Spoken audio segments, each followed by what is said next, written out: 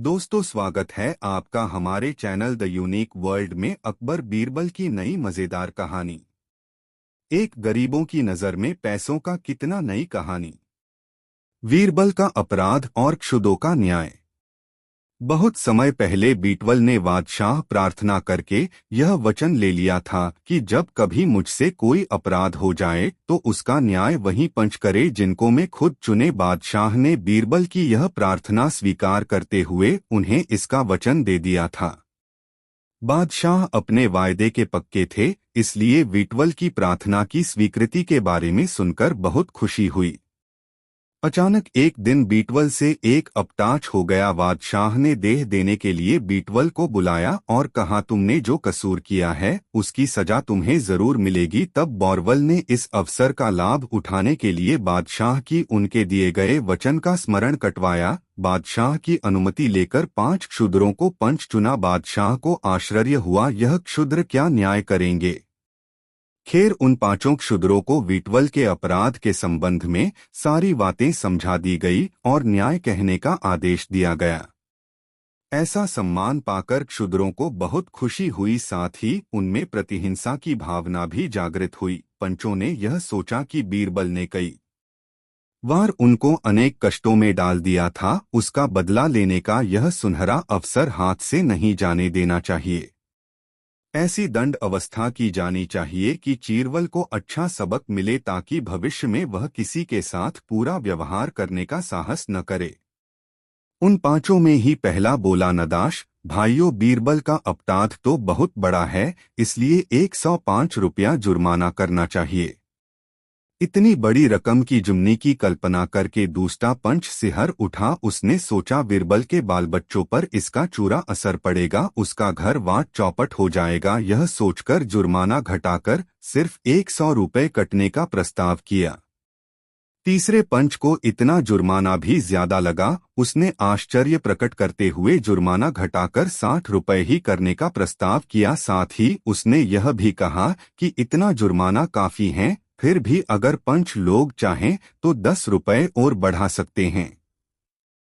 अब 4वें पंच की बारी आई। उसने अब तक के सभी प्रस्तावों का विरोध किया और कहा, इतना जुर्माना तो बहुत ज्यादा है और इसमें ज्यादा से ज्यादा कमी होना चाहिए। चौथे पंच के प्रस्ताव का 5वें ने समर्थन किया और सर्वसम्मति से थोड़ी देर की बहस के बाद बीरबल पर 50 रुपये जुर्माना करना चाहिए, क्योंकि यह जुर्माना बहुत ज्यादा नहीं है। और बादशाह से यह प्रार्थना की गई कि इसकी वसूली में सख्ती न बरती जाए। इसके बाद 5 क्षुद्र पंच बादशाह से विदा लेकर चले गए। बादशाह समझ गए कि बहुत सोच समझकर बड़ी होशियारी से बीरबल ने क्षुद्रों को अपना पंच चुना था। बादशाह की नजरों में 50 रुपये का जुर्माना कुछ नहीं था, लेकिन क्षुद्रों की गरीबी और परिस्थिति का ख्याल करके कि साल भर तक जी जान से परिश्रम करने के बाद भी वे 20 से 25 रुपये नहीं बचा पाते, इसलिए उनकी नज़र में 50 रुपये बहुत ही बड़ा जुर्माना है। बादशाह दया की भावना से भर उठे, साथ ही चीरचल की चतुराई की मन ही मन तारीफ करने लगे। बादशाह बीटबल को फैसला सुनाने ही जा रहे थे, लेकिन ऐसा सोचते सोचते उन्होंने बीटबल को दंडमुक्त कर दिया। बीरबल को पहले ही मालूम था कि यह गरीब जातियां इतना ज्यादा रुपया नहीं बचा पाती जो ज्यादा जुर्माना निर्धारित कर सके, और हुआ भी यही। इसी कारण बीरबल ने अपने न्याय के लिए क्षुद्रों को ही पंच बनाया था। इसमें उनका उद्देश्य भी था कि इस तरीके से बादशाह की निम्न जातियों की गरीबी का भी एहसास हो जाए। ख्वाजास्ता नामक एक हिजड़ा बादशाह अकबर का काफी मुंहलगा था। वह बीरबल में काफी चिढ़ता था, इसलिए हर वक्त चीटवल की बुराई करते हुए उनके कान भट्टा करता था।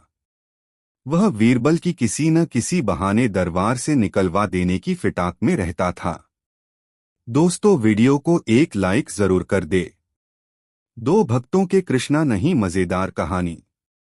एक दिन बादशाह अकबर ने बीरबल से पूछा, तुम्हारे चर्म ग्रंथों में यह लिखा है कि हाथी की गुहार सुनकर श्री कृष्ण जी पैदल दौड़े थे। न तो उन्होंने किसी सेवक को ही साथ लिया, न सवाटी पर ही गए। इसकी वजह समझ में नहीं आती, क्या उनके यहाँ सेवक नहीं थे? वीटवल बोले, नदाश, इसका उत्तर आपको समय आने पर ही दिया जा सकेगा जहांपना। कुछ दिन बीतने पर चीरबल ने एक नौकर को, जो शहजादे को इधर उधर कहलाता था, एक गोम की जली हुई मूर्ति दी जो कि हुबहू बादशाह के पोते की तरह थी। मूर्ति यथोचित दहने कपड़ों से सुसज्जित होने के कारण दूर से देखने पर बिल्कुल शहजाद जैसी मालूम होती थी। बीरबल ने नौकर को अच्छी तरह समझा दिया कि उसे क्या करना है। जिस तरह तुम नित्य प्रति बादशाह के पोते को लेकर उनके सम्मुख जाते हो, उसी तरह आज मूर्ति को लेकर जाना और बाग में जलाशय के पास फिसल जाने का बहाना कट गिट पड़ना। तुम सावधानी से जमीन पर गिरना, लेकिन मूर्ति पानी में जरूर गिरनी चाहिए। यदि तुम्हें इस कार्य में सफलता मिली तो तुम्हें इनाम दिया जाएगा। उस दिन बादशाह बाग में बैठे थे, वहीं एक जलाशय था। नौकर शहजादे को खिला रहा था कि अचानक उसका पैर फिसला और उसके हाथ से शहजाद छिटक कर पानी में जा गिरा। बादशाह यह देखकर बुरी तरह घबरा गए और उठकर जलाशय की तरफ लपके। कुछ देर बाद मोम की मूर्ति को लिए पानी से बाहर निकले बीरबल भी उस वक्त वहां उपस्थित थे और बोले, नदाश, NBSP, जहांपना है, आपके पास सेवकों ओट कनीजों की फाज है, फिट आप स्वयं वह भी नंगे पांच अपने पोते के लिए क्यों दौड़ पड़े? आखिर सेवक सेविका किस काम आएंगी? बादशाह वीटवल का चेहरा देखने लगे। वे समझ नहीं पा रहे थे कि बीरबल कहना क्या चाहते हैं। बीरबल ने कुछ देर रुककर फिर कहा, अब भी आप नहीं समझे तो सुनिए। जैसे आपकी अपना पोता प्याटा है, उसी तरह श्री कृष्ण जी को अपने भक्त प्यारे हैं, इसलिए उन्हीं पुकार पर ही वे दौड़े चले गए थे। यह सुनकर बादशाह को अपनी भूल का एहसास हुआ। दोस्तों, वीडियो को एक लाइक जरूर कर दें। 3 तेली और कसाई, नई मजेदार कहानी। एक बार एक तेली और एक कसाई शिकायत लेकर बीरबल के पास आए। दोनों अपनी अपनी बात कह रहे थे। बीरबल ने उनको रोका और कहा, तुम लोग एक एक करके अपनी बात बताओ। पहले कसाई अपनी बात बताए। कसाई बोला, हुजूर, मैं अपनी दुकान में बैठा हुआ था, तब यह तेली मेरी दुकान में आया। इसने मुझसे तेल खरीदने को कहा। मैंने इससे कहा, तुम यहीं रुको, मैं अंदर से बर्तन लेकर आता हूं। जैसे ही मैं अंदर गया, इसने चुपके से मेरी रुपयों की थैली उठा ली और भाग गया। मैंने इसका पीछा किया और इससे थैली ली। अब यह कहता है कि यह थैली इसकी है। कसाई की इतनी बात सुनकर तेली बोला, हुजूर, यह बात ठीक है कि इसकी दुकान में गया था। इसने मुझसे तेल खरीदा और पैसे भी दिए। जब मैंने पैसों को रखने के लिए अपनी थैली खोली तो इसकी नीयत खराब हो गई। मेरी थैली में मेरी बिक्री के सारे रुपए थे। इसने मेरी थैली छीन ली। मैंने इसका पीछा किया और इसे पकड़ लिया।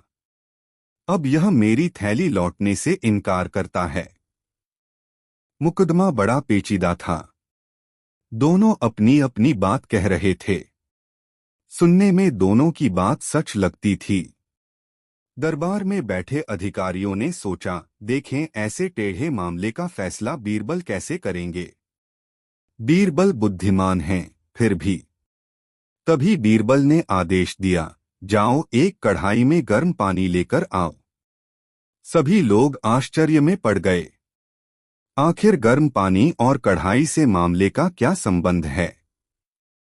लेकिन बीरबल के आदेश का पालन किया गया। कढ़ाई के आने पर बीरबल ने कहा, रुपयों की थैली पानी में डाल दो। थैली को गर्म पानी में डाल दिया गया। बीरबल अपनी जगह से उठे।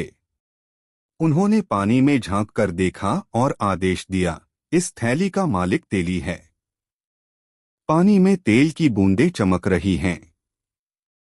ऐसे तेल से सनी हुई थैली तेली की ही सकती है। थैली तेली को दे दी गई और कसाई को जेलखाने भेज दिया गया।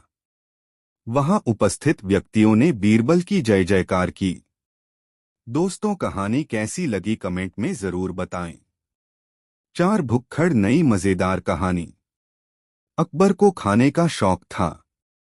उनके शाही रसोई घर में बहुत सारे रसोइये थे जो विभिन्न प्रकार के लजीज व्यंजन बनाते थे। अकबर अपने दरबारियों को इन व्यंजनों का स्वाद लेने के लिए महल के बगीचे में दावत देना चाहते थे।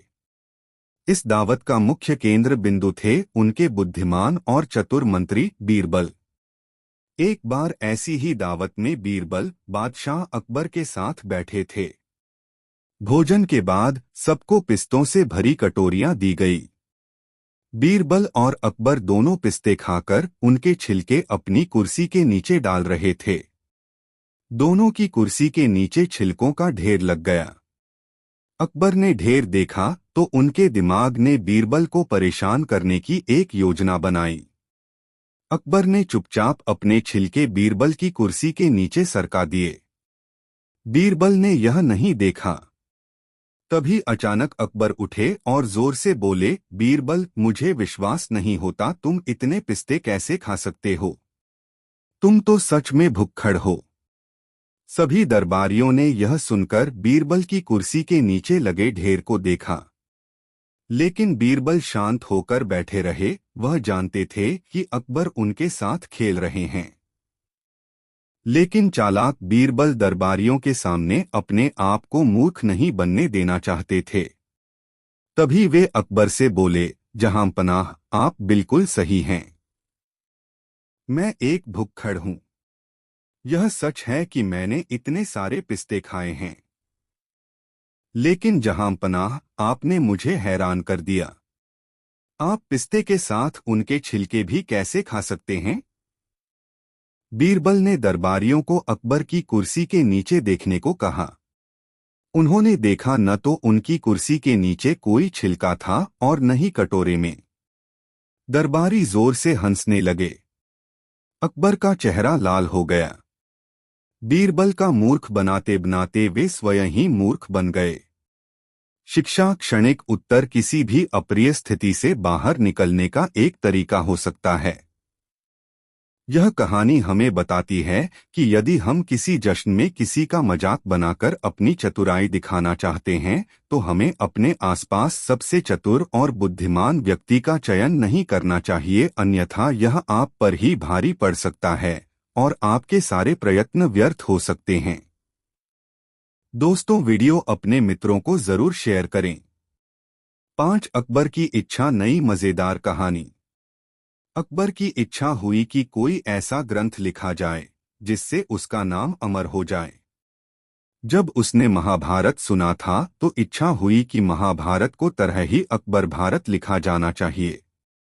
उन्होंने अपनी इच्छा बीरबल के सामने प्रकट कर दी। बीरबल ने कहा, आप क्या नहीं कर सकते? इस पर बादशाह ने आदेश दिया, ठीक है, लिख दो। इसमें बहुत खर्च आएगा, बीरबल ने बताया। वो खजाने से ले सकते हो, बादशाह ने स्वीकार किया। बीरबल ने खजाने से धन लिया और उसे पुण्य कार्यों में खर्च कर दिया।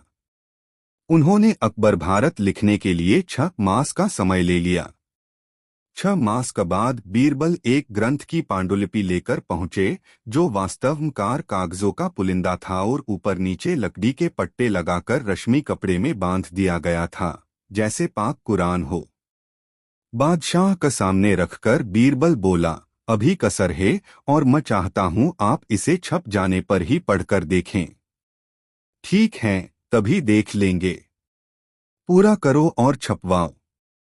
हुजूर, पूरा तब हाँ सकता है जब बेगम साहिबा भी कुछ बता, क्योंकि महाभारत में स्त्री पात्र भी हैं। जा कुछ पूछना है बेगम से पूछ लो, बादशाह ने स्वीकृति दे दा। बीरबल उस पुलिंदे को लेकर बेगम के पास पहुंच गए और बेगम सवाल, बादशाह सलामत एक ऐसा ग्रंथ लिखवा रहे हैं जो महाभारत सरीखा हो। महाभारत में द्रौपदी भी होती है जिसके 5 पति होते हैं। आप भी अपने 5 पतियों के नाम बता दीजिए। एक तो बादशाह हैं ही, अन्य 4 को मैं नहीं जानता, बता देंगी तो लिख दूंगा, अन्यथा ग्रंथ अधूरा रहेगा। बीरबल, यह क्या बदतमीजी है? ऐसे ग्रंथ को मैं आग लगा दूंगी। क्रोध में आकर बेगम ने उसी वक्त वह पुलिंदा छीना और बांदी से आग में जलवा दिया। बीरबल मुस्कुराता हुआ चला गया और बादशाह से बोला, जहां पनाह, मैं उस पांडुलिपि को पूरा करने के लिए बेगम साहिबा से यह पूछने के लिए गया था कि द्रौपदी की तरह उसके 5 पति कौन कौन से हैं, तो बताना तो दूर उन्होंने अब तक लिखी पुस्तक ही जलवा दी। बेगम साहिबा क्रोध से आग बबूला हुई सो अलग। वे पतिकृता हैं, उनके पति सिर्फ आप हैं। जब वह 5 पतियों की बेगम बनेंगी, गृहयुद्ध कराएंगी तब। बस बीरबल रहने दो, हमें ऐसी पुस्तक नहीं छपवानी है। हमने अपना इरादा बदल दिया है। और सचमुच बादशाह की सनक खत्म हो गई थी। दोस्तों, कहानी कैसी लगी कमेंट में जरूर बताएं। 5 तोता मर गया नई मजेदार कहानी।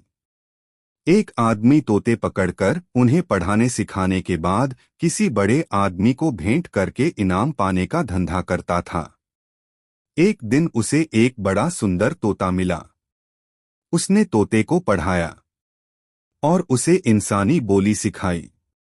उस आदमी ने वह तोता बादशाह अकबर को भेंट करके बड़ा अच्छा इनाम पाया। बादशाह ने तोते की देखरेख के लिए एक आदमी रख लिया। उसे आज्ञा दी कि यदि तोता मर गया तो तुम्हें सूली पर चढ़ा दिया जाएगा। जो तोता मरने की खबर देगा उसे भी यही दंड मिलेगा। वह आदमी तोते की खूब सेवा करता था, रखवाली करता था। परंतु ईश्वर को मर्जी ऐसी हुई कि अचानक वह तोता मर गया। तोते का रखवाला घबरा गया। वह भागा हुआ बीरबल के पास पहुंचा और सारी बात बताते हुए कहा, अब मेरी जान नहीं बच सकेंगी सरकार, मुझे आप ही बचा सकते हैं।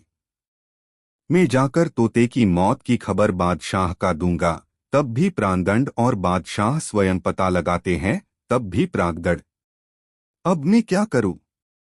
तुम निश्चित रहो, कुछ नहीं होगा, मैं बात संभाल लूंगा, बीरबल ने उसे सांत्वना दी। बीरबल बादशाह पास आकर बोले, हुजूर आपका तोता था, और उन्होंने वाक्य अधूरा छोड़ दिया। क्या हुआ तोते को? मैं नहीं कह सकता। इतना कह सकता हूं कि आपका तोता आज न खाता है, न पीता है, न मुंह खोलता है, न बात करता है, न चलता न हिलता है, उठता भी नहीं है, फुदकता भी नहीं। क्या हुआ उसे चलकर देखते हैं। बादशाह ने आकर मरे हुए तोते को देखा और बोले, वहीं पर नहीं बता सकते थे कि तोता मर गया? ऐसा कैसे बताता? प्राणदंड मिलता, क्योंकि आपने कह रखा था कि मरने की खबर देने वाले का भी प्राणदंड मिलेगा। बीरबल बोल, और इसीलिए वह रखवाला गायब है। बादशाह हंस, जबकि वह बकसूर है हुजूर, ताता अपनी मौत मरा है। बादशाह ने रखवाले को माफ कर दिया। बीरबल की चतुराई से वह बच गया। दोस्तों, वीडियो को एक लाइक जरूर करें। 6 माला को बह जाने दो मजेदार कहानी। एक बार बादशाह अकबर और बीरबल नाव में सवार होकर नदी की सैर को निकले। वे आपस में मनोविनोद पूर्वक वार्ता भी कर रहे थे। इसी बीच बादशाह को बीरबल से ठिठोली करने की सूझी। उन्होंने अपने गले में पहनी फूलों की माला उतारकर नदी में फेंक दी और बीरबल से कहा, माला दो। बीरबल ने भी समझ लिया कि बादशाह ने मजाक करने के लिए यह बात कही है। वह उनकी व्यर्थी बात समझकर बोले, बहन दो। बादशाह ये सुनकर नाखुश होकर बोले, तुम मेरी बहन मांगते हो? बीरबल ने विनम्र स्वर में कहा, जहांपना, आपने मां लाने की बात कही, मगर मैं तो नहीं चिढ़ा। मैंने मां नहीं, माला देने की बात कही थी। बादशाह अकबर ने बीरबल को शब्दजाल में फंसाना चाहा, लेकिन बीरबल के सामने उनकी बात कहाँ चलने वाली थी। बीरबल ने कहा, मैंने भी कब बहन की बात कही, मैंने तो कहा बहन दो, अर्थात माला को बह जाने दो। इसमें रुष्ट होने वाली बात कौन सी है? बादशाह बीरबल की नोकझोंक पर मुस्कराकर रह गए। शिक्षा द्व्यर्थी शब्द कभी कभी व्यक्ति के लिए मुसीबत बन जाते हैं, इसलिए व्यक्ति को कभी ऐसा फूहड़ हास्य नहीं करना चाहिए जिससे दूसरे को बुरा लगे। दोस्तों, कहानी कैसी लगी कमेंट करके जरूर बताएं। 4 एक बार बीरबल अपने किसी काम से काबुल गए। उनकी वेशभूषा देखकर लोगों ने वहां के बादशाह को शिकायत कर दी। काबुल के बादशाह के सैनिक बीरबल को दरबार में लेकर आए। काबुल के बादशाह ने उनसे पूछा, आप कौन हैं और यहाँ किस मकसद से आए हैं? बीरबल बोले, मैं एक मुसाफिर हूँ और देश विदेश की यात्रा करता रहता हूँ। काबुल के बादशाह ने कहा, तब तो तुम्हें देश विदेश के अनेक राजाओं के बारे में पता होगा। बताओ, तुमने कहीं हमारे जैसा बादशाह देखा है? बीरबल सिर झुकाकर बोले, हुजूर, आप तो पूनम के चांद हैं। आप जैसा अन्य बादशाह भला कौन हो सकता है? काबुल का बादशाह मन ही मन खुश होता हुआ बोला, हम पूनम के चांद हैं तो तुम्हारा बादशाह क्या है? बीरबल सीना तानकर बोले, हुजूर, हमारा शहंशाह तो दूज का चांद है।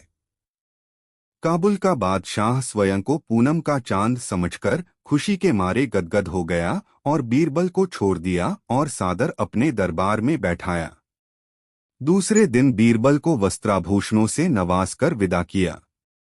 बीरबल वहां से दिल्ली पहुंचे तो उन्होंने अपने मित्रों को यह बात सुनाई। यह बात एक मुंह से दूसरे मुंह होते हुए शाही दरबार तक भी पहुंच गई। बीरबल से जो दरबारी ईर्ष्या करते थे, उन्होंने इस बात को नमक मिर्च लगाकर बादशाह अकबर के सामने पेश कर दिया। अकबर बादशाह को यह बात बड़ी ही बुरी लगी। अगले दिन बीरबल दरबार में पधारे तो शहंशाह ने बीरबल से कहा, बीरबल, हम क्या सुन रहे हैं? तुम काबुल गए थे। बताओ, तुमने वहां के सुल्तान से क्या कहा है? बीरबल ने बादशाह सलामत को वहां की सारी बातें कह सुनाई। अकबर बादशाह नाराज होते हुए बोले, बीरबल, काबुल के बादशाह को पूनम के चांद की तरह बड़ा और हमें दूज के चांद की तरह छोटा बताकर तुमने हमारी बेइज्जती नहीं की है। बीरबल सहज भाव से ही बोले, बादशाह सलामत, आप यह क्या कह रहे हैं? मैंने तो वहां आपका गुणगान ही किया है। पूनम का चांद कितना ही बड़ा क्यों न हो, उसे कोई भी महत्व नहीं देता और वह तो अगले दिन से घटने लगता है। पल पल घटने वाली चीज तो हर धर्म में अशुभ, तुच्छ और त्याज्य मानी जाती है। दूज का चांद चाहे कितना भी छोटा हो, लेकिन हिंदू और मुसलमान दोनों ही बड़े आदर भाव के साथ उसका दर्शन करते हैं। मुस्लिम महीना दूज से ही शुरू होता है। हिंदू लोग दूज के चांद को शुभ मानकर उसी दिन शुभ कार्य की शुरुआत करते हैं। इन सबसे बड़ी बात यह है कि दूज का चांद दिन प्रतिदिन बढ़ता ही है। जहां पनाह, अब आप ही बोलिए कि काबुल के बादशाह को पूनम का चांद और आपको दूज का चांद कहकर मैंने किसकी प्रशंसा की है? बीरबल को बादशाह ने उठकर गले से लगा लिया और कहा, मुझे पता है बीरबल, तुम जहां भी जाओगे वहां मेरी प्रशंसा ही करोगे। बीरबल से जलने वाले दरबारियों का मुंह इतना सा हो गया और जो दरबारी बीरबल की पसंद करते थे वे तालियां पीटकर उनकी तारीफें करने लगे। बीरबल की यही तो विशेषता थी कि वह बहुत ही सोच समझकर बातें करते थे और मौका आने पर अपनी बात को सिद्ध करके दिखा भी देते थे। दोस्तों, वीडियो को लाइक जरूर कर दे। 5 शहंशाह अकबर ने एक मुंशी को चुंगी अधिकारी बना दिया। वह मुंशी बहुत ही प्रसन्न हुआ और बादशाह की ढेरों प्रशंसा करके चला गया। कुछ दूरी पर ही बीरबल बैठे थे। मुंशी के जाने के बाद वह बोले, हुजूर, वह मुंशी बहुत ही चालाक, धूर्त और बेईमान जान पड़ता है। देखना, वह बेईमानी करने से बाज नहीं आएगा। बादशाह ने बीरबल की बातों पर कोई ध्यान नहीं दिया। बीरबल का शक सच साबित हुआ। बादशाह के पास मुंशी की शिकायतें आने लगीं कि मुंशी रिश्वत लेता है और प्रजा को बहुत ही तंग करता है। बिना रिश्वत लिए किसी से भी बात नहीं करता है। बादशाह सलामत ने मुंशी का तबादला वहां कर दिया जहां बेईमानी करने की कोई गुंजाइश ही नहीं थी। वह मुंशी अधिकारी से घुड़साल का मुंशी मुकर्रर कर दिया गया। अब मुंशी का काम घोड़ी की लीद तोलना था, लेकिन जहां चाह होती है वहां राह निकल ही आती है। मुंशी ने वहां भी अपनी आदत न छोड़ी और रिश्वत लेने शुरू कर दी। मुंशी साइसों से बोला, तुम सब घोड़ों को दाना कम खिलाते हो, इसीलिए मुझे लीद तोलने को भेजा गया है। यदि तुम्हारी लीद तोल में कम बैठी तो मैं शहंशाह से शिकायत कर दूंगा। साइस यह सुनकर डर गए और मुंशी को प्रति घोड़ा 1 रुपया देने लगे।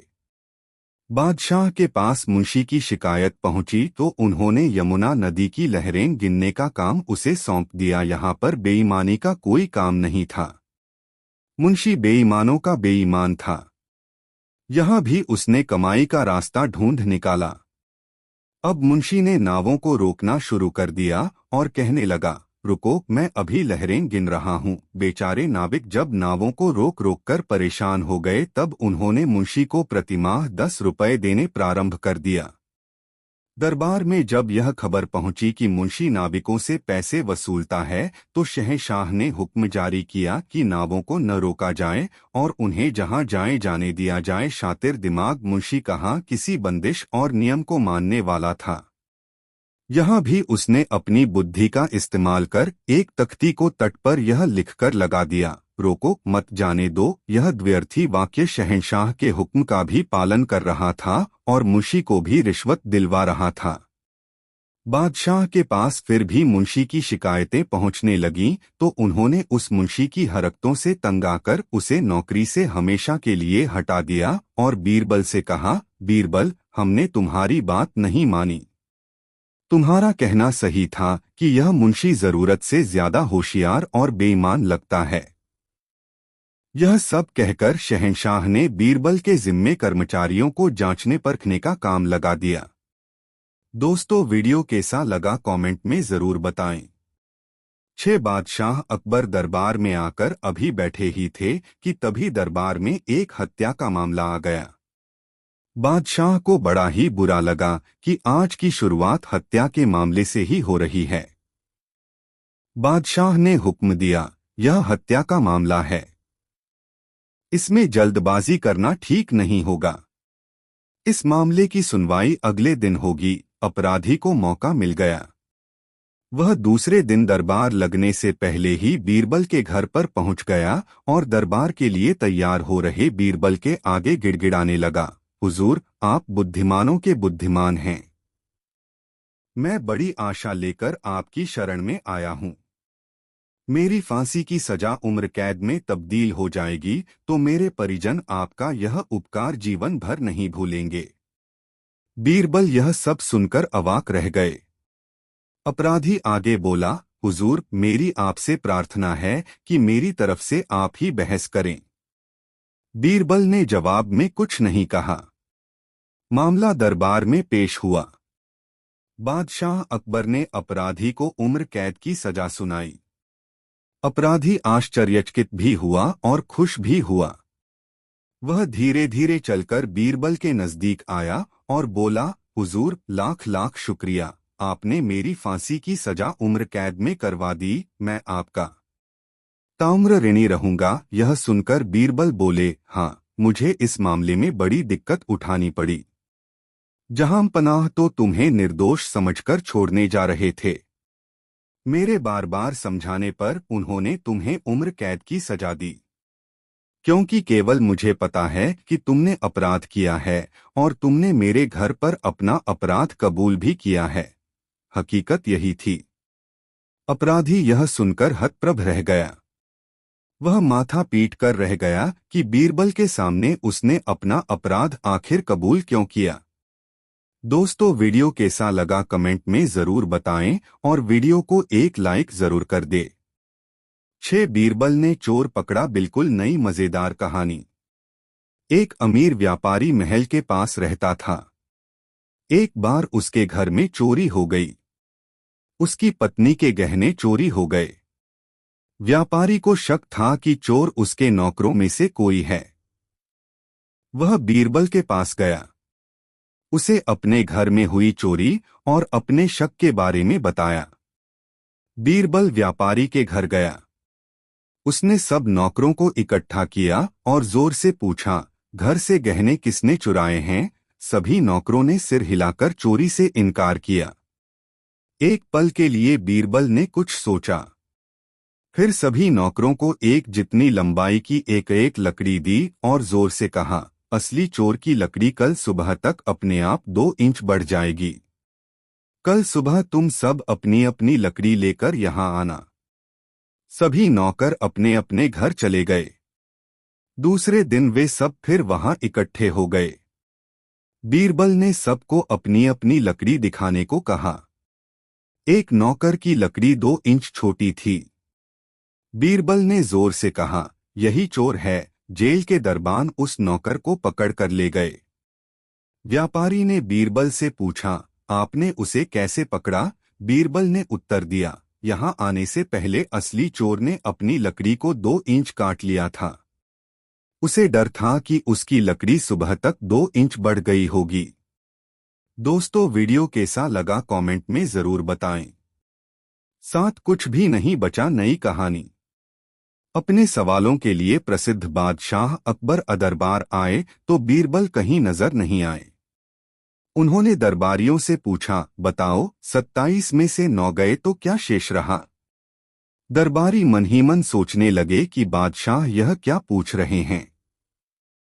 क्या हम लोग कोई बच्चे हैं कि इतना आसान सवाल हल नहीं कर सकेंगे? सभी दरबारियों ने एक ही जवाब दिया, हुजूर 27 में से 9 निकल जाने पर 18 बचे। यह तो सबको ही मालूम है। बादशाह मुस्कराए, फिर बीरबल के आने का इंतजार करने लगे। इतने में बीरबल दरबार में आ खड़े हुए। शहंशाह ने उनसे भी यही सवाल कर दिया।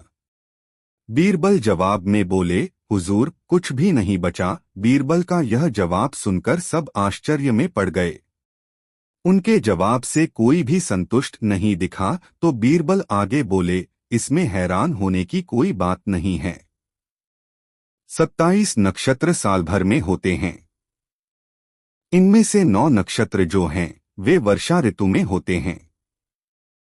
यदि इन नक्षत्रों को निकाल दिया जाए तो जो बचे उनसे तो इस संसार का कोई भला नहीं होने वाला। इसीलिए मैंने कहा कि 27 में से 9 के चले जाने पर कुछ भी नहीं बचा। शहंशाह अकबर बीरबल का जवाब सुनकर अत्यंत ही प्रसन्न हुए और इसके लिए उन्हें इनाम भी दिया। दोस्तों, वीडियो को एक लाइक जरूर कर दे। 8 कितने दिन जीना नई मजेदार कहानी। बीरबल अकबर बादशाह की हर समस्या के जवाब थे। बादशाह आए दिन उनकी बुद्धि की परीक्षा लेते ही रहते थे ताकि बीरबल अपनी बुद्धि और समझ में अधिक से अधिक विकास कर सकें। बादशाह ने एक दिन एक साधु को बीरबल के पास उनके बुद्धि बल की परीक्षा लेने के लिए भेजा। अकबर बादशाह भी वेश बदलकर पास में ही एक जगह छुप गए। साधु से बीरबल के नजदीक आकर कहा, वत्स तुम बीरबल हो न? भगवान ने सपने में मुझसे कहा है कि मैं अपने जीवन भर के लिए धन तुमसे ले लूं। बीरबल साधु के ऐसा कहने पर आश्चर्य में पड़ गए और अगले ही पल समझ गए कि यह कोई ढोंगी साधु है जो मुझे ठगना चाहता है। बीरबल बोले, अच्छी बात है भगवान, मैं आज रात भगवान से सपने में यह पूछ लेता हूँ कि अब आपने और कितने दिन जीना है, तभी तो मैं तुम्हें उचित धन दे सकूंगा। साधु बीरबल का चतुरतापूर्ण जवाब सुनकर दंग रह गया। उसके पास अब कहने के लिए कुछ बचा ही नहीं था। पास में ही छुपे अकबर बादशाह भी बीरबल का जवाब सुन चुके थे। वह हंसते हुए बीरबल के नजदीक आ गए। बीरबल समझ गए कि यह सब बादशाह सलामत का ही किया धरा था। बादशाह अकबर बीरबल की पीठ पर हाथ रखते हुए कहने लगे, बीरबल तुम्हारी समझ और बुद्धि का कोई जवाब नहीं। चलो अब हम दरबार में चलते हैं। बीरबल अकबर के साथ दरबार की ओर चल दिए। दोस्तों, आपने यह वीडियो यह तक देखा है, कमेंट में अवश्य बताएं ये 8 कहानी आपको कैसी लगी और वीडियो को एक छोटा सा लाइक जरूर कर दे। 7 बीरबल की कहानी धार्मिक समागम। बादशाह अकबर के शासनकाल में एक गांव था जहां एक बड़े समाज के नेता नामवर रहता था। वह बड़ी संपत्ति और शक्ति के मालिक थे और उनका धर्मीय और ईमानदार चरित्र से लोग उन्हें प्रेम करते थे। एक दिन नामवर ने गांव के लोगों के लिए एक बड़ा धार्मिक समागम आयोजित करने का निर्णय किया। समागम में सभी गांव वाले उपस्थित थे और वे ध्यानपूर्वक पूजा अर्चना कर रहे थे। सभी ने भगवान की प्रार्थना की और अपनी भक्ति का प्रदर्शन किया। कुछ समय बाद गांव में अचानक बड़ी सूखा पड़ गई। जमीन सूख गई थी और किसानों के लिए खेती करना मुश्किल हो गया था। लोगों के जीवन में कठिनाइयां बढ़ गईं और उन्हें अपने रोजगार में परेशानियां होने लगीं। लोग नामवर के पास गए और उनसे सहायता की गुहार लगाई। नामवर ने लोगों की समस्या को गहराई से समझा और फिर राजा अकबर के दरबार में इस मुद्दे को उठाने का निर्णय लिया। अकबर ने इस मामले पर विचार किया और उन्होंने बीरबल से सलाह ली। बीरबल ने गांव में जाकर सभी लोगों से बात की। उन्होंने समझाया कि धार्मिक समागम का आयोजन करना अच्छी बात है, परंतु यदि उन्हें अपनी संपत्ति और साधनों का उपयोग करके गांव के विकास में सहायता करना होगा। बीरबल ने लोगों को समझाया कि धर्म यह नहीं केवल पूजा पाठ करना है, बल्कि समाज के लिए भी कुछ करना है। उन्होंने उन्हें प्रेरित किया कि वे अपनी संपत्ति और साधनों का उपयोग करके गांव के विकास के लिए प्रयास करें। गांव वालों ने बीरबल की बात को समझा और एक साथ मिलकर काम करने का निर्णय लिया। उन्होंने साधनों का उपयोग करके नल जल योजनाओं को संभाला, खेती में नई तकनीकों का उपयोग किया और गांव के गरीब किसानों को समर्थन प्रदान किया। इस प्रकार गांव की स्थिति में सुधार हुआ और लोगों ने अपनी समस्याओं का समाधान किया। उन्होंने यह समझा कि असली धर्म यह है कि हम अपनी संपत्ति और साधनों का उपयोग करके समाज के लिए कुछ अच्छा करें और धर्म की सच्चाई को प्रकट करें। इस कहानी से हमें यह सीख मिलती है कि असली धार्मिकता यह नहीं है कि हम केवल पूजा पाठ करें, बल्कि यह है कि हम अपनी संपत्ति और साधनों का सही तरीके से उपयोग करके समाज के लिए कुछ करें। कहानी कैसी लगी कमेंट में जरूर बताएं, वीडियो को लाइक भी कर दो। 8 एक बार की बात है, अकबर बादशाह और बीरबल के बीच एक दिन एक दिलचस्प बहस हुई। अकबर ने बीरबल से पूछा, बीरबल, अगर बिना उठाए और बिना रखे कुछ दिखाओ। बीरबल ने थोड़ी देर सोचा और फिर एक आइटम लेकर बादशाह के सामने खड़ा हो गया। बीरबल ने अपने हाथ में एक खाली बर्तन लिया और उसमें आबूबूतन भरकर बादशाह के सामने रख दिया। बादशाह हैरान हो गए और पूछा, बीरबल, यह क्या है? तुमने तो कुछ भरा ही नहीं। बीरबल ने मुस्कुराते हुए जवाब दिया, हाँ हुजूर, यह तो आबूबूतन है। यह वास्तव में दिखाने के लिए है, जो बिना उठाए और बिना रखे दिखाया जा सकता है। बादशाह ने समझा कि बीरबल ने उनकी बहस को हल कर दिया है और वे हंसते हुए इस चुटकुले पर मुस्कुराए। उन्होंने बीरबल की चतुराई को सराहा और उन्हें बड़ा इनाम दिया।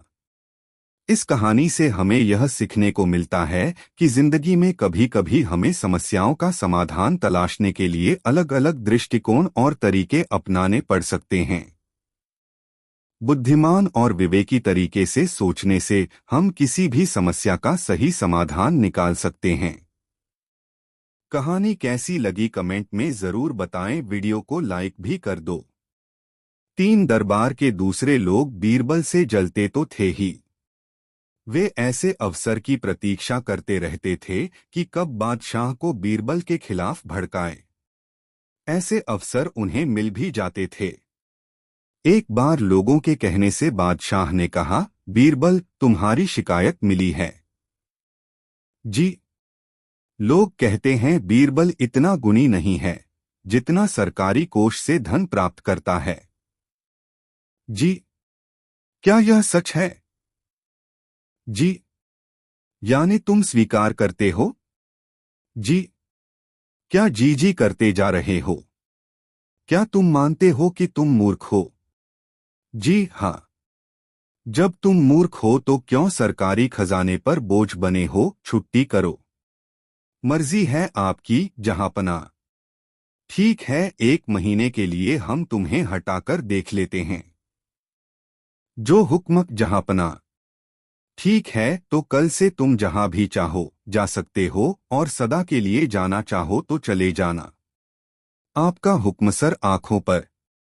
बीरबल वहां से कहीं अज्ञातवास में चले गए। बीरबल का अभाव बादशाह को जल्दी ही खलने लगा। उनके बिना बादशाह का न तो मन ही लगा और न दरबार में वह रौनक रही। दरबार में बहुत से फैसले गलत होने लगे। हास्य की जो गंगा बहती थी वह भी सूख गई। बादशाह उदास रहने लगे। उन्होंने बीरबल को ढूंढना शुरू कर दिया, परंतु उसे ढूंढा न जा सका। बादशाह ने उसे ढूंढने की एक तरकीब निकाली। उन्होंने ऐलान किया कि उनके राज्य के लोग अपने साथ आधी धूप आधी छाव लेकर अपने अपने क्षेत्र के सदर मुकाम पर पहुंचें। पूरे राज्य में केवल एक गांव ही ऐसा पाया गया जहां के लोग अपने सदर मुकाम पर आधी धूप और आधी छाव लेकर पहुंचे। वे लोग अपने अपने सिर पर ऐसी चारपाइयां उठाए हुए थे जो इस तरह बुनी थीं कि उनमें बड़े बड़े छिद्र थे। उनकी परछाई में धूप का भाग भी था। बादशाह को अपनी सूझ से आंशिक सफलता मिली। उन्हें विश्वास हो गया कि इस गांव में कोई बुद्धिमान व्यक्ति रहता है। अपनी बात की पुष्टि के लिए उन्होंने कहलवा भेजा कि उस गांव के सभी कुओं की दावत बादशाह के महल में है। सब कुएं महल में आए। गांव वालों ने दावत में अपने कुएं न भेजे तो सजा दी जाएगी।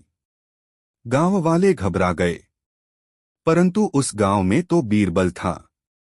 गांव वालों ने उनसे इसका उपाय पूछा। बीरबल ने कहा, चिंता मत करो, यह कठिन नहीं है। क्या किया जाए? बादशाह का आदेश है कि कुएं दावत में न भेजे तो सजा दी जाएगी। आप कहते हैं कठिन प्रश्न नहीं है। आसान बात है, घबराए नहीं। तो बताइए ना।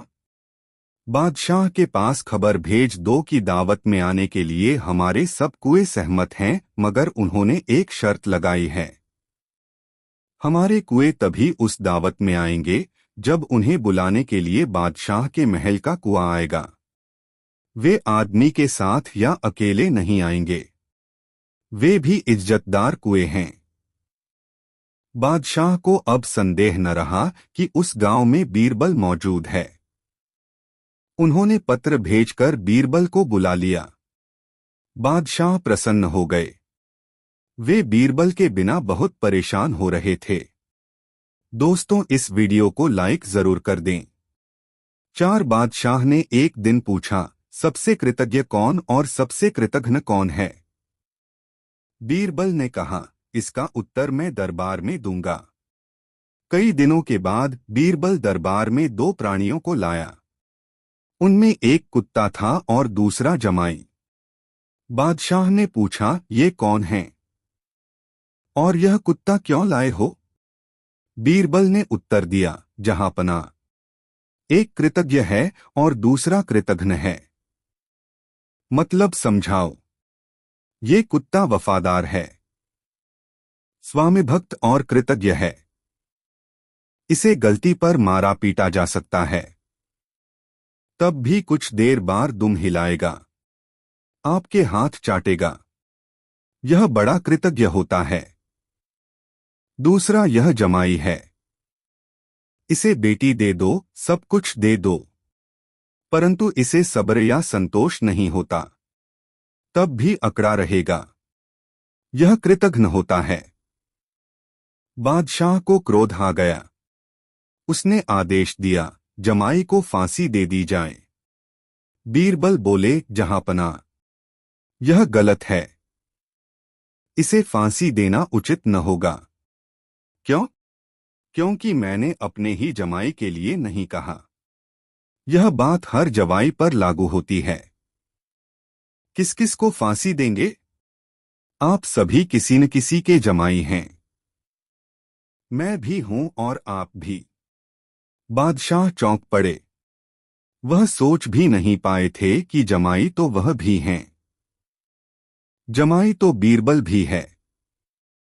बादशाह अकबर और सभी दरबारी जोर जोर से हंसने लगे। बादशाह ने बीरबल के जमाई को माफ कर दिया और हमेशा की तरह बीरबल की बुद्धिमानी से प्रभावित हो गए। दोस्तों, वीडियो कैसा लगा कमेंट में जरूर बताएं। शाह अकबर को यह पता था कि भ्रष्टाचार ताकत से ही आता। बादशाह अकबर ने यह बात बारखाल से पूछा। बीरबल असहमत। वह बोले, भ्रष्ट व्यक्तियों को भ्रष्ट बनने के लिए ताकत की आवश्यकता नहीं होती। बादशाह ने बीरबल को अपनी बात साबित करने के लिए कहा। बीरबल कुछ बांस की छड़ी और रस्सी लेकर यमुना किनारे पहुंचे। उसने छड़ियां जमीन पर अलग अलग स्थानों पर इस तरह लगा दी जैसे वह कुछ खास माप रहे हैं। वहां पर आसपास भीड़ इकट्ठी हो गई, यह जानने के लिए कि क्या हो रहा है। बीरबल कुछ नहीं बोले। लोगों ने अनुमान लगाया कि शायद वह कुछ राजकीय काम कर रहे हैं और इससे आसपास के इलाके या समुदाय के लिए समस्या हो सकती है।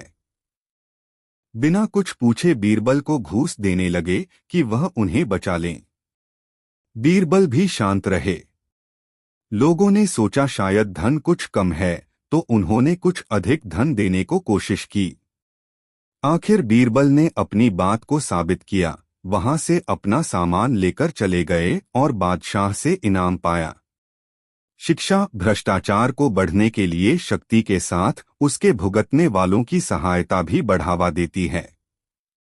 अगर कोई व्यक्ति कमजोर है और जल्द लाभ के लिए भ्रष्टाचार को बढ़ावा देता है, तो भ्रष्ट व्यक्ति फलने फूलने लगता है। भ्रष्टाचार के लिए प्रणाली को दोष देने के बजाय हमें यह देखना चाहिए कि कुछ पाने के लिए लोग कितनी घूस देते या लेते हैं। एक बार बादशाह अकबर ने दरबार में पूछा, बताओ बताओ, सबसे चतुर कौन कौन सी है।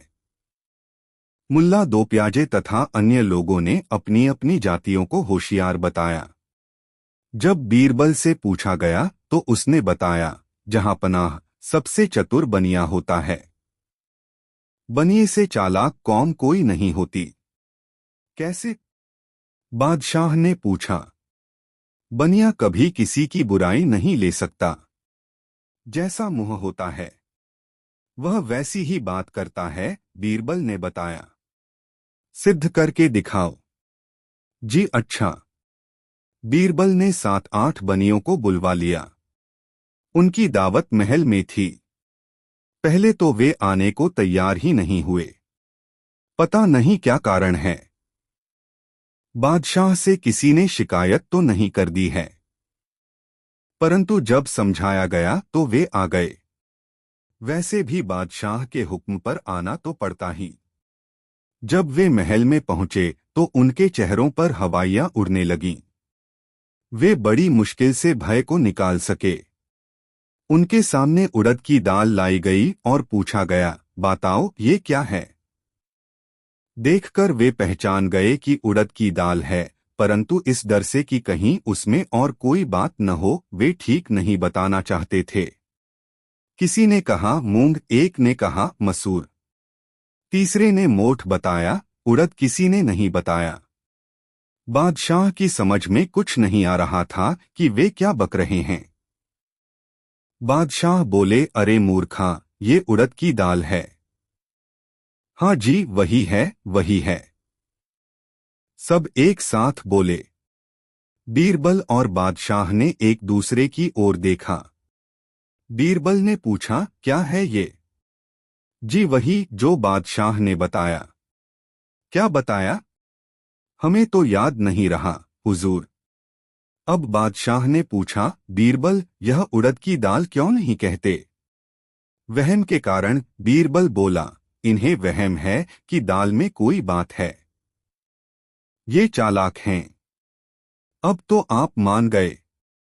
बादशाह ने इनाम देकर उन्हें भगा दिया। हाँ बीरबल, ये सबसे चालाक हैं। वहम और शक के कारण उड़द की दाल नहीं कहा। दूसरा यह भी कि हम कुछ और न कह दें, इसलिए जो हमने कहा था वही बताया। सब एक साथ बोले और हमारी हाँ में हाँ मिलाई। एक दिन दो कवि किसी दूर राज्य से दरबार में आए। उन्होंने सबको अपने गीतों और कविताओं से खुश कर दिया। बादशाह ने उन्हें इनाम दिया। उन कवियों ने पहले इतना सोना नहीं देखा था। वे फूले नहीं समा रहे थे। तभी बादशाह ने उनको राजसी कपड़े देने की आज्ञा दी। तभी उनमें से एक कवि ने धन्यवाद रूपी कविता सुनाने की आज्ञा मांगी।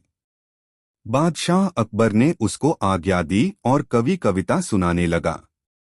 वह बादशाह की बहादुरी और दयालुता के बारे में बोलने लगा। उसने अकबर की शिक्षा और बुद्धिमानी की प्रशंसा की। उसने यह कहते हुए अपनी कविता समाप्त की, बादशाह अकबर अब तक के सभी राजाओं से महान हैं, वह ईश्वर से भी महान हैं। इसके साथ उसने झुककर सलाम किया और दरबार छोड़ दिया। बादशाह अकबर ने चारों तरफ देखा, उनकी आंखों में शरारत भरी चमक थी। तो वे बोले, तो देखा, अब मैं ईश्वर से भी महान हूँ। दरबार में सभी व्यक्ति बादशाह को अचरज भरी नजरों से देखने लगे। क्या इन्होंने सच में कवि के शब्दों पर भरोसा कर लिया? शायद नहीं, लेकिन उन्हें भरोसा भी नहीं था। बादशाह अकबर ने अपने सभी मंत्रियों, सेनापतियों, सलाहकारों की ओर देखा। वह यह देखना चाहते थे कि उनमें सच बोलने की ताकत है या नहीं।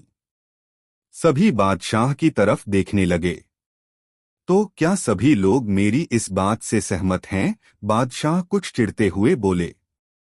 किसी में भी असहमति दिखाने की हिम्मत नहीं थी। धीरे धीरे एक के बाद एक झुककर बादशाह को सलाम करते हुए बोले, हाँ जहां पनाह, आप ठीक कहते हैं। बादशाह अकबर सोचने लगे, सभी दरबारी मूर्खता दिखा रहे हैं। वे बीरबल की तरफ मुड़े और बोले, और तुम बीरबल, क्या तुम भी सहमत हो? हाँ, क्यों नहीं, बीरबल ने तुरंत जवाब दिया। बादशाह की चिढ़ बढ़ने लगी। जहां पनाह, आप वह कर सकते हैं जो ईश्वर नहीं कर सकता। बीरबल बोले, अगर आपका कोई विषय आपको नाखुश करता है, जहां पनाह, आप उसे या तो तीर्थयात्रा पर भेज देते हैं या अपनी सल्तनत से मिटा देते हैं। लेकिन ईश्वर नहीं। ईश्वर पूरी पृथ्वी, आकाश और स्वर्ग पर राज करते हैं। पूरे संसार में ऐसी कोई जगह नहीं है जो ईश्वर से संबंधित न हो। इसलिए वह किसी भी जीव को मिटाता नहीं है। बादशाह का गुस्सा गायब हो गया। बिल्कुल ठीक कहा, बीरबल खुशी से बोले। और फिर दरबार के हर कोने से दरबारी मुस्कराने लगे और फिर हंसने लगे। बीरबल ने दोबारा जादू कर दिखाया। शिक्षा कभी भी अपने मालिक को नीचा नहीं दिखाना चाहिए, लेकिन जब आप उसकी प्रशंसा करें तो प्रशंसा प्रामाणिक होनी चाहिए। यह मुश्किल नहीं है। अगर आपसे श्रेष्ठ लोग अपनी कमियों को जानते हैं तो आपकी झूठी प्रशंसा आपको परेशानी में डाल सकती है। 10 बादशाह ने एक दिन सभासदों और विद्वानों से प्रश्न किया, सबसे प्यारी चीज क्या है? बादशाह अकबर ऐसे प्रश्न प्रायः करते रहते थे। उनके दरबार में बहुत से ऐसे विद्वान थे जो इस प्रकार के दार्शनिक, सामाजिक और कौतूहल भरे प्रश्नों के उत्तर देते रहते थे। उनमें बीरबल सबसे चतुर थे और जिन प्रश्नों के उत्तर कोई और न दे पाता था, उसका उत्तर बीरबल अवश्य दे देते थे। इस बार भी बादशाह ने सबसे पहले अन्य लोगों से पूछा। किसी ने कहा, सबसे प्यारी चीज खुदा है। दूसरा बोला, हुजूर, सबसे प्यारे आप हैं। दौलत से किसको प्यार नहीं है, इससे हर चीज खरीदी जा सकती है। किसी ने कहा, मोहब्बत ही सबसे बड़ी और प्यारी चीज है। एक बोला। अंत में अकबर बादशाह ने बीरबल से पूछा, अब तुम बताओ बीरबल, सबसे प्यारी चीज अपनी जान होती है। बीरबल ने बताया। सिद्ध कर सकते हो? जी हाँ, मैं सिद्ध कर सकता हूँ। और सचमुच एक दिन बीरबल ने यह सिद्ध कर दिखाया। उन्होंने किले में एक टैंक का पानी निकलवाकर उसे खाली करा दिया।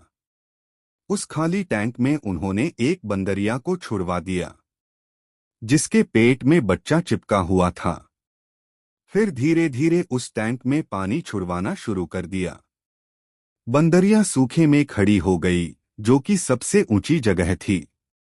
जब उस ऊंची जगह में भी पानी आ गया और बंदरिया के पेट पर चिपका बच्चा भीगने लगा, तो बंदरिया ने उस बच्चे को पीठ पर लाद लिया। पानी भरता जा रहा था। बंदरिया बच्चे को लिए खड़ी रही। पानी तेजी से भर रहा था। जब पानी बंदरिया की पीठ तक आने लगा, उसने बच्चे को सिर से ऊंचा उठा लिया। पानी बढ़ता जा रहा था, यहां तक कि बंदरिया डूबने लगी। उसके सर तक पानी पहुंच गया। उसके पैर भी उखड़ने लगे। उसने अपने आप को बचाने के लिए उस बच्चे को नीचे फेंक दिया और स्वयं बच्चे के ऊपर खड़ी हो गई, जिसे कुछ देर पहले बचा रही थी। बादशाह अकबर की निगाहें फटी की फटी रह गई। वह मान गए कि जान सबसे प्यारी होती है। अपनी जान बचाने के लिए कोई भी प्राणी किसी की भी परवाह नहीं करता। बीरबल ने मुस्कुराकर कहा, देखा आपने जहांपना। देखा बीरबल, तुम्हारी बात सही है। जहांपनाह, संसार में हजारों में एक ऐसा होता है जो प्राणों की बजी लगाकर किसी की प्राण रक्षा कर सकता है। अधिकतर तो ऐसे होते हैं जिन्हें अपनी ही जान की परवाह रहती है। ऐसे भी प्राणी हैं जो भूखा से पीड़ित होने पर अपनी संतान को ही खा जाते हैं। हम मान गए बीरबल, सचमुच सबसे प्यारी चीज अपनी जान होती है। दोस्तों, वीडियो को लाइक जरूर कर दे। 11 दरबार का नाई बीरबल से बहुत चिढ़ता था तथा रोजाना उसके खिलाफ षड्यंत्र रचता रहता था। एक दिन उसके दिमाग में एक विचार आया और जब अकबर उसको हजामत करने के लिए बुलवाया तो वह बोला, जहांपनाह, आप जानते हैं, कल रात मैंने स्वप्न में आपके पिताजी को देखा। बादशाह ने हज्जाम से पूछा, बताओ, वे तुमसे क्या कह रहे थे? वे स्वर्ग में बहुत खुश हैं, लेकिन वे कह रहे थे कि स्वर्ग के सभी वासी अकेले परेशान रहते हैं। वह चाहते थे कि आप वहां पर किसी को भेजें जो उनसे बातचीत कर सके। नाई ने कहा, महाराज, बीरबल बड़े मजाकिया स्वभाव के हैं, आप उन्हें स्वर्ग भेज दें ताकि वे आपके पिताजी को खुश रख सकें। बीरबल बादशाह के आदेश पर दरबार में पहुंचे तो अकबर ने कहा, बीरबल, हम जानते हैं कि तुम मेरे लिए कोई भी कुर्बानी दे सकते हो। बीरबल ने कहा, जी जहांपना। तो हम चाहते हैं कि तुम स्वर्ग में जाकर मेरे पिताजी का साथ दो, क्योंकि वहां पर उनसे बातचीत करने वाला कोई नहीं है। बीरबल ने कहा, ठीक है, लेकिन मुझे तैयारी के लिए कुछ समय दीजिए। मुगल बादशाह फूले नहीं समाये और बोले, ठीक है, तुम मेरे लिए इतना बड़ा बलिदान दे रहे हो तो मैं तुम्हें 1 सप्ताह का समय देता हूँ। बीरबल घर पहुंचा और एक गहरा गड्ढा खोदा जो उसकी कब्र का कार्य करता, लेकिन साथ ही साथ उसके नीचे एक सुरंग खोदी जो उसके घर के अंदर खुलती थी। 1 सप्ताह बाद बीरबल दरबार में पहुंचे। जहांपनाह, हमारे रिवाजों के अनुसार मैं चाहता हूं कि मुझे मेरे घर के नजदीक ही जलाया जाए और मैं जीवित ही चिता पर जलना चाहता हूं ताकि मैं आसानी से स्वर्ग तक पहुंच सकूं। बीरबल को जीवित जलाया गया। यह देखकर हज्जाम की खुशी का ठिकाना नहीं रहा। बीरबल अपनी बनाई सुरंग द्वारा घर में पहुंच गया और घर में ही 6 माह छुप कर बिताए। इतने समय में उनके बाल दाढ़ी बहुत ज्यादा बढ़ गए तो वे दरबार में पहुंचे। बादशाह बीरबल को देखते ही चिल्लाए, तुम कहां से आए? स्वर्ग से जहांपनाह, मैंने आपके पिताजी के साथ अच्छा समय बिताया, इसलिए उन्होंने मुझे धरती पर वापस आने की विशेष आज्ञा दी। क्या उन्होंने तुम्हें अपने पुत्र के लिए कोई संदेश भेजा है? जी, केवल एक जहांपनाह। क्या आप मेरी बढ़ी हुई दाढ़ी व बाल देख रहे हैं? स्वर्ग में हज्जामों की कमी है। आपके पिताजी ने अपने एक हजजाम को वहां भेजने को कहा है। दोस्तों, वीडियो को लाइक जरूर कर दे। 1 दिन बादशाह अकबर ने घोषणा की कि जो आदमी सर्दी के इस मौसम में नदी के ठंडे पानी में रात भर खड़ा रहेगा, उसे शाही खजाने से पुरस्कृत किया जाएगा। इस घोषणा को सुनकर एक गरीब धोबी ने सारी रात नदी में खड़े खड़े बिता दी और अगले दिन बादशाह के दरबार में आकर इनाम मांगने लगा। बादशाह ने उस धोबी से सवाल किया, क्या तुम बता सकते हो किस शक्ति के सहारे तुम रात नदी में खड़े रहे? धोबी ने अदब के साथ जवाब दिया, आलमपनाह, मैं कल सारी रात महल की छत पर जलते हुए चिराग को देखते रहा। उसी की शक्ति से मैं सारी रात नदी में खड़ा रह सका। बादशाह ने उसका जवाब सुनकर कहा, इसका मतलब तो यह हुआ कि महल की रोशनी की आंच की गर्मी के कारण तुम सारी रात पानी में खड़े रह सके, इसलिए तुम इनाम के सच्चे हकदार नहीं हो सकते। धोबी उदास हो गया और बीरबल के पास जाकर निराशा भरे स्वर में बोला, दरबार में बादशाह ने इनाम देने से इनकार कर दिया है। धोबी ने इसका कारण भी बीरबल को बता दिया।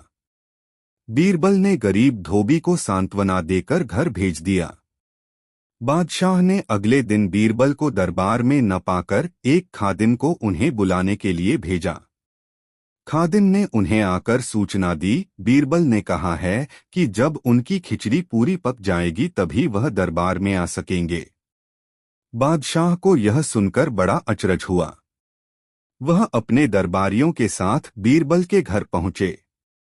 वहां उन्होंने देखा कि 2 लंबे बांसों के ऊपर एक हंडिया में चावल रखकर उसे लटकाया गया है और नीचे जमीन पर आग जल रही है। बादशाह ने तत्काल पूछा, बीरबल, यह क्या तमाशा है? क्या इतनी दूरी पर रखी हंडिया में खिचड़ी पक जाएगी? हुजूर, जरूर पक जाएगी, बीरबल ने उत्तर दिया। कैसे? बादशाह ने कौतूहलवश पूछा।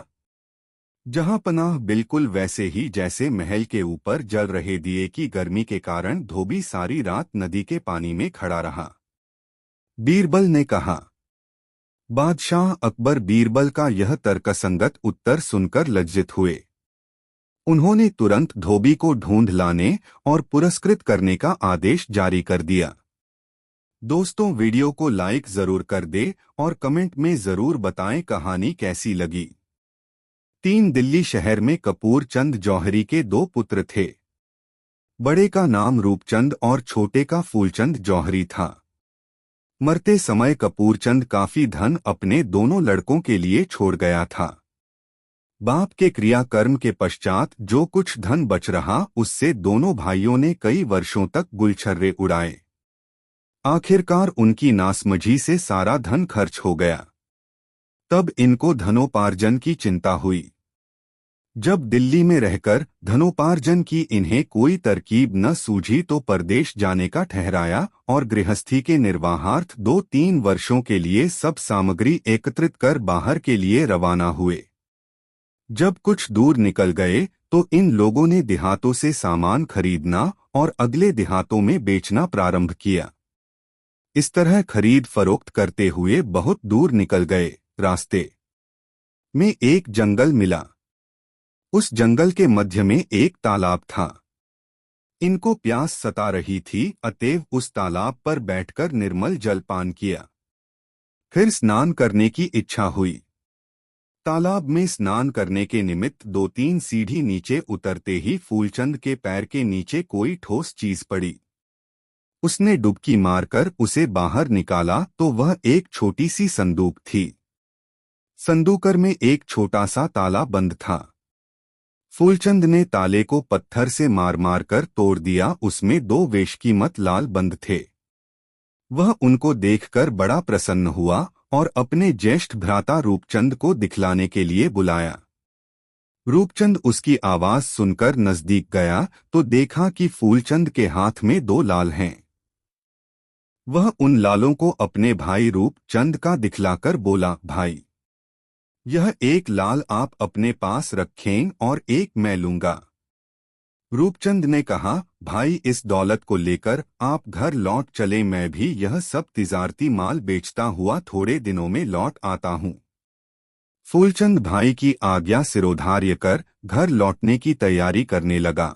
वह लाल दिखलाते हुए रूपचंद से बोला, भैया मैं घर तो लौट जाऊंगा, परंतु आप अपने हिस्से का लाल ले लेवें। रूपचंद ने भाई को आगा पीछा समझाकर उत्तर दिया, भाई आप जानते ही हो कि परदेश में अपने पास दौलत रखना कितना खतरनाक होता है, अतएव यदि आप मुझे लाल देने की इच्छा रखते हैं तो घर पहुंच कर मेरे हिस्से का लाल अपनी भाभी को देकर उसे छिपाकर रखने के लिए भली भांति समझा देना। मैं लौटकर उससे अपना लाल ले लूंगा।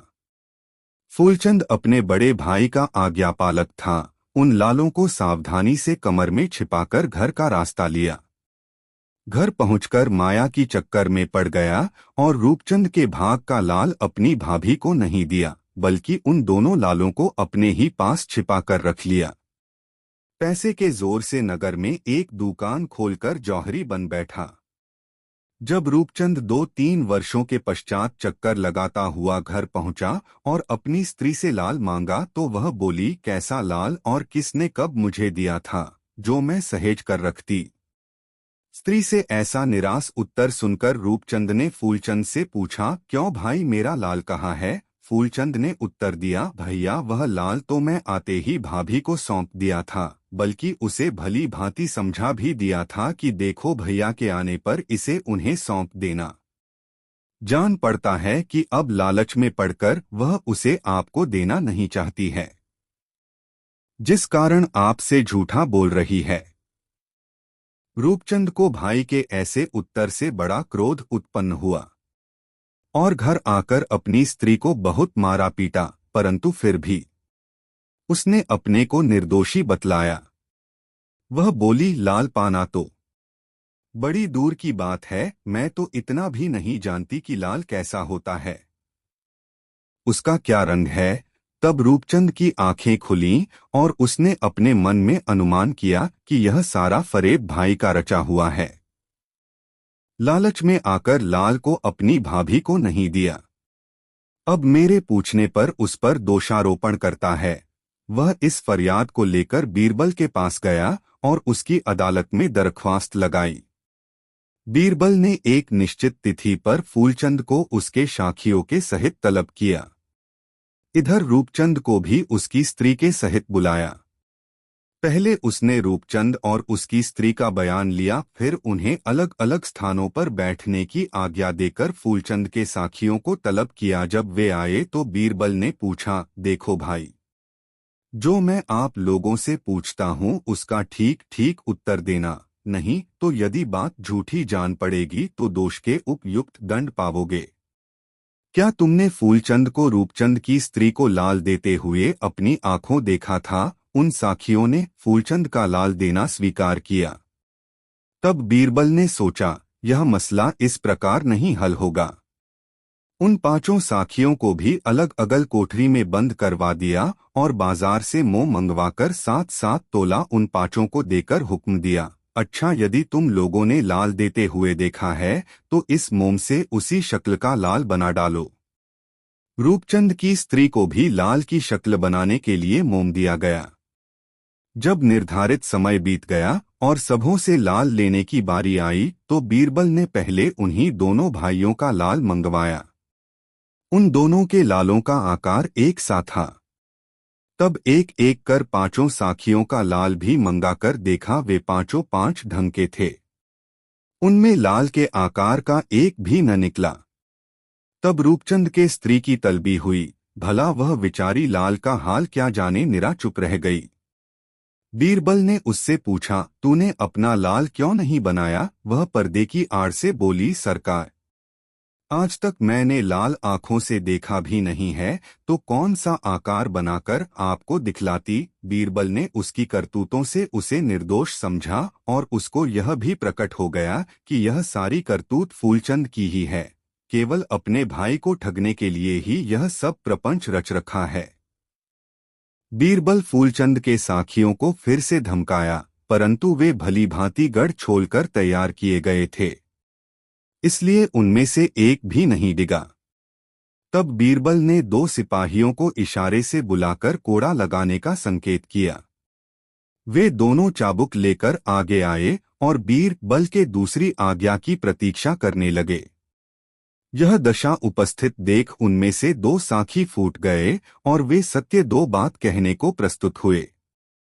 उनका दूसरा बयान इस प्रकार हुआ, पृथ्वीनाथ, हमारा कसूर माफ किया जाए, क्योंकि हमने जो कुछ भी झूठ कहा है उसका कारण एकमात्र फूलचंद है। उसने ही हम लोगों को बहकाकर झूठ बोलवाया है। बीरबल को फूलचंद का ही सारा दोष प्रतीत हुआ और उसे लक्ष्य कर बोला, अब बता तू क्या कहता है, तेरे साखियों ने अभी तेरे सामने क्या कहा है? फूलचंद ने उत्तर दिया, हुजूर, मार की डर से भूत भागता है, आखिर वे तो मनुष्य ही हैं। केवल मार से बचने के लिए ही सबों ने आपके सामने झूठ बोलना स्वीकार किया है। इस पर बीरबल ने कहा, तब ये मोम का पिंड लाल के आकार का क्यों नहीं बना लाए? यदि लाल को देखे होते तो जरूर बना लाते। बेशक तू झूठा है और सजा के काबिल है। बीरबल ने सिपाहियों को उसे कोड़े लगाने की आज्ञा दी। सिपाहियों ने दोनों तरफ से एक एक कोड़े जमाए। रूपचंद भी ठिकाने आ गया और अपना कसूर गर्दान कर अर्ज किया, हुजूर, वे लाल मेरे ही पास हैं, मैं उन्हें अभी ला देता हूँ। लालों को मंगाकर बीरबल ने एक लाल रूपचंद को दिया और दूसरा फूलचंद के हिस्से का राजकोष में जमा करा दिया। फूलचंद और उसके साखियों को झूठा बोलने के कारण उचित दंड दिया गया। दोस्तों, वीडियो कैसा लगा कमेंट में जरूर बताएं। 7 अंगूठी में भगवान बहुत मजेदार कहानी। बादशाह अकबर ने एक बार बीरबल से पूछा, बीरबल, तुम कहते हो ईश्वर सब जगह है? बीरबल बोले, हाँ बादशाह, ईश्वर हर जगह है, इसमें कोई शक नहीं है। अकबर ने अपनी एक हीरे की अंगूठी निकाली और बीरबल से पूछा, क्या इस अंगूठी में भी तुम्हारा भगवान है? बीरबल ने जवाब दिया, हाँ बादशाह, वह इस अंगूठी में भी अवश्य है। बादशाह बोले, तुम मुझे इसमें दिखाओ। बीरबल के पास कोई जवाब नहीं था। उसने कुछ समय मांगा। बादशाह ने उसे 6 महीने का समय दिया। बीरबल घर पहुंचा। वह परेशान था। वह जानता था कि इस समस्या का कोई न कोई हल तो है, लेकिन वह जानता नहीं था। वह बिना उत्तर ढूंढे बादशाह का सामना नहीं करना चाहता था। वह कमजोर हो गया। इस घटना के कुछ समय बाद एक छोटा भिखारी लड़का उसके घर पर भिक्षा के लिए आया। उसने बीरबल से पूछा, आपको क्या परेशानी है? आप इतने उदास और परेशान क्यों हैं? आप एक बुद्धिमान व्यक्ति हैं। ऐसे व्यक्ति के उदास होने का कोई कारण नहीं हो सकता है। खुशी और प्रसन्नता बुद्धिमान व्यक्ति की विशेषताएं हैं। सच, बीरबल बोले। मेरा दिल यह सुनकर खुश हुआ, लेकिन बुद्धिमानी को शब्दों में नहीं बांधा जा सकता। बीरबल ने फिर उसके और बादशाह के बीच हुई पूरी बात बताई। क्या आप इस बात के लिए परेशान हो रहे हैं? मैं तुम्हें इस बात का जवाब एक पल में दे सकता हूं, लेकिन क्या आप मेरी बादशाह से व्यक्तिगत रूप से बात करवा सकते हैं? बीरबल राजी हो गए और उस लड़के को शाही दरबार में ले जाकर बादशाह को बोले, जहांपना, आपके प्रश्न का उत्तर ये छोटा बालक भी दे सकता है। अकबर ने उस लड़के के साहस की प्रशंसा की और उत्तर सुनने को व्याकुल हुए। उसने लड़के से पूछा, अगर ईश्वर सब जगह है तो बेटा, क्या तुम मुझे इस अंगूठी में भगवान दिखा सकते हो? जहांपना, लड़के ने उत्तर दिया, मैं आपको एक पल में उत्तर दे सकता हूं, लेकिन मुझे प्यास लगी है। मैं आपके प्रश्न का उत्तर एक गिलास लस्सी पीने के बाद दूंगा। बादशाह ने लस्सी लाने को कहा। लड़के ने लस्सी पीनी शुरू की और बोला, बादशाह, मैं मक्खन वाली लस्सी पीता हूं।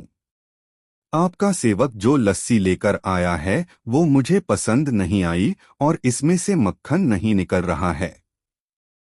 बादशाह बोले, यह लस्सी बहुत उम्दा है। याद रखो छोटे बालक, तुम बादशाह की व्यक्तिगत डेयरी से लाई गई लस्सी पी रहे हो। लड़का बोला, बहुत अच्छा। अगर जहां पनाह को विश्वास है कि इस लस्सी में मक्खन है तो मुझे मक्खन दिखा दें। बादशाह जोर से हंसे और बोले, मैं बताता हूं। तुम इतना भी नहीं जानते कि लस्सी से मक्खन उसे बिलोने के बाद ही निकाला जा सकता है, और तुम यहाँ पर मुझे भगवान को दिखाने आए हो। मैं कोई मूर्ख नहीं हूं बादशाह, लड़के ने तुरंत जवाब दिया। मैं तो आपको आपके प्रश्न का ही उत्तर दे रहा हूं। बादशाह उलझन में पड़ गए।